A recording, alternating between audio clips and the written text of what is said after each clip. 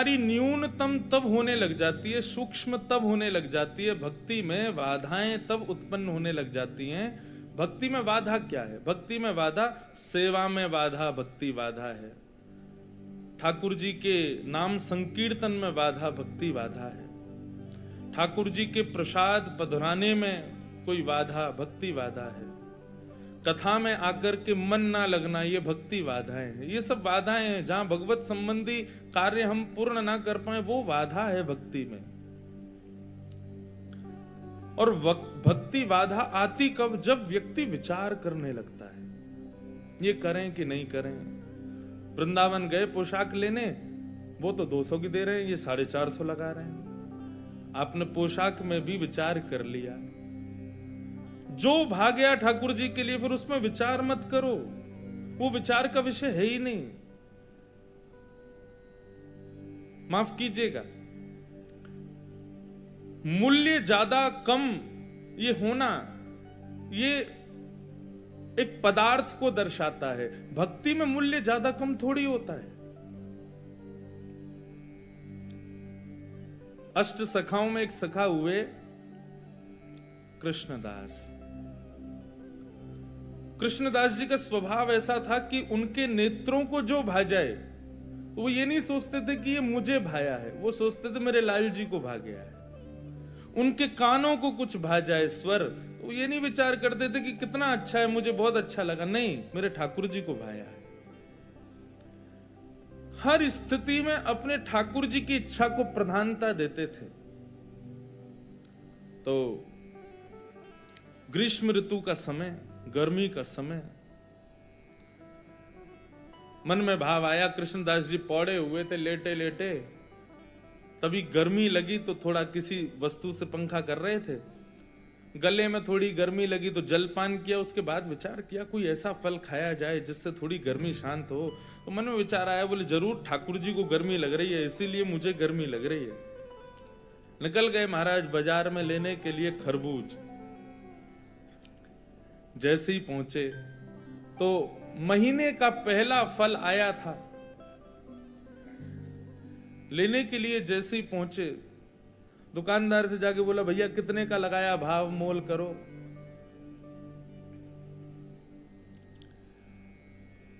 दुकानदार ने जो भी भाव था उसका 1 रुपया 2 रुपया बताया, बोले इतने का है, लो। यहां कृष्णदास जी खरीदने लगे, इतने में ही राजा के सैनिक आ गए। सैनिकों ने आकर कहा, बोले नहीं, महीने का पहला फल है, पहले राजा की सेवा में जाएगा, बाद में किसी मंदिर मठ में जाएगा। कृष्णदास जी बोले यहां तो हमारे लाल जी की नाक कट जाएगी अगर ये फल राजा के यहां गया तो। महीने का पहला फल है, ठाकुर जी की सेवा में जाना चाहिए। अब इनको प्रवचन क्या सुनाऊं मैं? ये राजा के यहां रहने वाले लोग, इनमें बुद्धि विवेक तो होता नहीं है, केवल तनख्वाह के लिए राजा की जय जयकार करते हैं। हमारे यहां तनख्वाह थोड़ी देते हैं ठाकुर जी, हम तो फिर भी जय जयकार करते हैं। ये राजा के लोग, इसको क्या समझाऊं मैं? कृष्णदास जी उनको समझाते तो बात बिगड़ जाती। कृष्णदास जी ने बोला भैया देखो, पहले हम आए तो हमको देना चाहिए। दुकानदार बोला पहले आप आए हो, लेकिन अगर इनको नहीं दिया तो ये दंड दे सकते हैं मुझे, राजा के लोग हैं, मैं तो इन्हीं को दूंगा। कृष्णदास जी बोले अगर हम तुमको दुगना रुपया दें तो? 1-2 रुपए की चीज की अगर हम 5 रुपए दें तो भी नहीं दोगे? तो उसका मन थोड़ा लोभ में आ गया। उसने कहा भैया देखो, आप भले ही राजा के यहाँ से, लेकिन राजा सबका भला चाहता है ना, अगर इनकी वजह से मेरे घर की रोटी बढ़िया आ जाए तो फिर मैं इन्हीं को दे देता हूं, ये 4 रुपया दे रहे हैं। राजा के सैनिकों ने कहा हम पे कोई कमी है क्या, हम 10 रुपया देंगे, लाओ अब हमको दो। 10 रुपया बोला तो कृष्णदास जी बोले हम 15 रुपया देंगे। अच्छा एक और बात बताऊं, जेब में लाए 2 ही रुपया थे कृष्णदास जी लेकिन भक्ति में विचार नहीं करना होता ना, यही तो हम सिखा रहे हैं आपको। लाए 2 ही रुपया थे, लेकिन बातें देखो। सैनिक बोले भाई राजा की नाक कटेगी, सुनो 20 रुपया देंगे, फल हमको दो। कृष्णदास जी बोले 25 देंगे, बिना विचार किए हमको दो। करते करते करते महाराज मोल पहुंच गया 90 रुपए पे।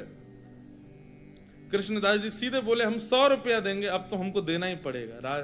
वो फल वाला सोच रहा है ये जल्दी ले में और मैं यहां से जाऊं, मेरी तो छुट्टी, अब तो एक आध साल अगर दुकान नहीं भी लगाऊंगा तो चलेगा, 100 रुपया मिल रहे हैं, उस समय बहुत होते थे। जब 100 रुपए पर अंक पहुंच गया कृष्णदास जी का,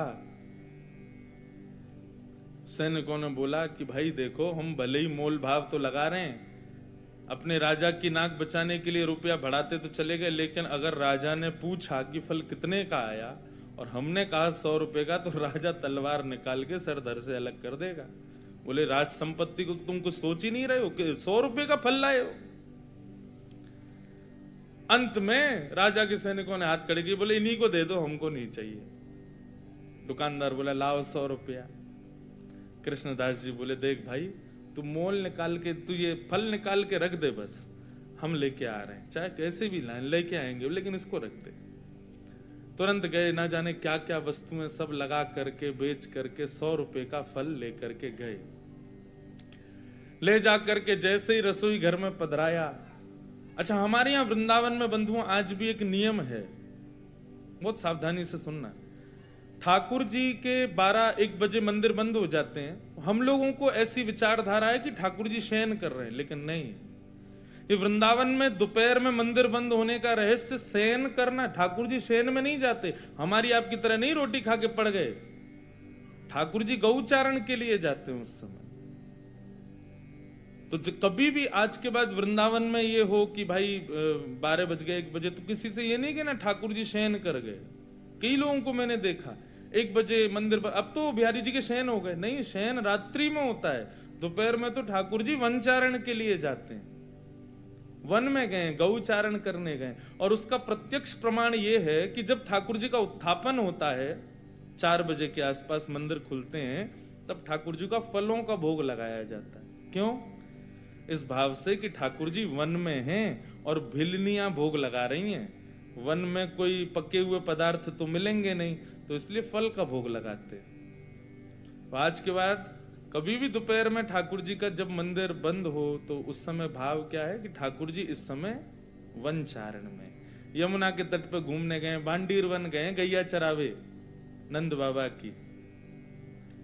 इसीलिए कई जगह आपने देखा, देखो सेवा के भी बड़े भाव हैं। श्रीनाथ जी की सेवा, हम छोटे ठाकुर जी की सेवा करते हैं श्रीनाथ जी की। श्रीनाथ जी की सेवा में गैया और ये बछिया, ठाकुर जी के खिलौने, ये पूरे दिन ठाकुर जी के सामने नहीं रखते।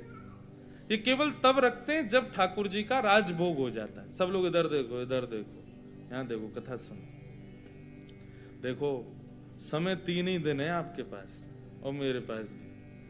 कोई कितनों चिल्लावे, आवे जावे, कूद पड़े आपके ऊपर, आप अपनी दृष्टि यहां से मत हटाना। दृष्टि और कान ये दोनों बस यहीं रखना। तो हमारे यहां नियम है ब्रज में कि ठाकुर जी के आगे गैया, ठाकुर जी के आगे खिलौने, ठाकुर जी की लकुट वगैरह, ये सब राजभोग के बाद दराई जाती है। क्यों? कि अब ठाकुर जी तैयार हो गए वन में जाने के लिए। तो आज भी नियम से सेवा वैसी चलती है। पूरे दिन गैया आदि नहीं रखते ठाकुर जी के आगे। और फिर हर मंदिर की व्यवस्थाएं अलग हैं। राधा रमन जी की अलग है, राधा वल्लभ जी की अलग है, बिहारी जी की अलग है, श्रीनाथ जी की अलग है, गोविंद देव जी की अलग है। पर सब जगह भाव यही है कि दोपहर में ठाकुर जी गौचारण के लिए जाते हैं। कृष्णदास जी दोपहर में फल ले आए, रसोई घर में लाके फल रख दिया। रसोईया जी को बता दिया जाके, बोले हमने जो है वहां रसोई घर में फल रखा है, अभी उत्थापन में ठाकुर जी को खरबूज का ही भोग लगाना।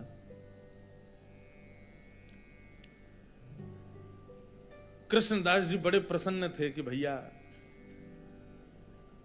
महीने का पहला फल ठाकुर जी की सेवा में आएगा, ठाकुर जी पाएंगे, आनंदित हो जाएंगे। रसोईया स्नान ध्यान करके जैसे ही रसोई घर में गए, पूरी रसोई खोज ली, लेकिन महाराज फल नहीं मिला, कोई ले गया उसको वहां से। बाहर आके कृष्णदास जी से कहा, बोले कि कृष्णदास जी अंदर तो फल है ही नहीं। बोले अरे मैंने वहीं रखा है। बोले मैंने देख लिया, कहीं भी नहीं है, सब जगह खोज लिया महाराज, फल तो कहीं चला गया, उसको कोई और ले गया। कृष्णदास जी बड़े व्याकुल हो गए। बोले एक तो मैं अपने लाला की नाक बचावे के काजे राजा के सिपाहियन से लड़ झगड़ के लायो, 2 रुपया के फल को 100 रुपया को लेके आयो, कितनी वस्तु बेच के आ गए हो। इस बात का दुख नहीं कि इतना महंगा लाया, इस बात का दुख नहीं कि इतना लड़के लाया, इस बात का दुख कि ठाकुर जी उसको पा ना पाए, कोई और ले गया। बड़े दुखित बैठे थे मंदिर के अंदर। उत्थापन का समय अन्य फलों का भोग ठाकुर जी को लगा दिया, लेकिन कृष्णदास जी का मन बड़ा विचलित। पुजारी जी आए, बोले कोई बात नहीं, अब हमने अन्य फलों का भोग लगा दिया है, अब फिर कभी कृष्णदास जी, अब कृष्णदास जी किस किस को बताएं।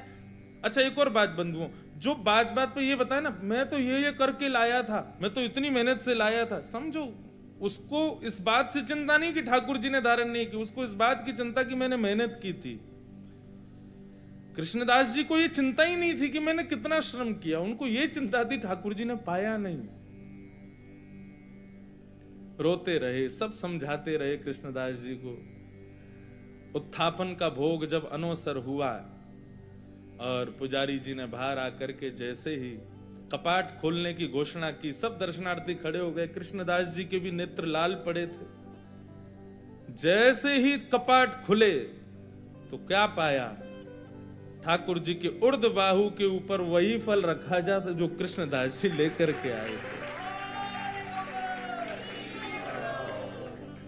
रसोईया लाता उससे पहले ठाकुर जी रसोई घर में जाके ले आए उस फल को और अपनी भुजा में ला करके धारण कर लिया। जैसे ही ये दृश्य कृष्णदास जी ने देखा, मूर्छित हो गए, भाव में प्रवेश कर गए और ठाकुर जी के बार बार बलैया लेने लगे। जय हो नाथ, साचो प्रियतम आप ही हो, बिन गोपाल को नहीं अपनो, जासों कीरत रहिए। सूरदास जी कहते हैं संसार के प्रेमी लोग कितना भी प्रेम का आप उनके सामने बखान कर दो, कितना भी अपना प्रेम उनके सामने उजागर कर दो, कभी ना कभी उसका त्याग कर देंगे। लेकिन ठाकुर जी आपके प्रेम को हृदय से लगा करके रखते हैं। इसलिए मैं कथाओं में कहा करता हूं, ठाकुर जी को 56 भोग प्रिय नहीं, ठाकुर जी को इत्र प्रिय नहीं, ठाकुर जी को चंदन प्रिय नहीं, ठाकुर जी को दुनिया भर की पोशाक प्रिय नहीं, सोने चांदी हीरे जवाहरात प्रिय नहीं। अपने प्रेमी भक्त का भाव प्रिय है। उसका भाव कैसा, उसका भोग ठाकुर जी लगाते हैं।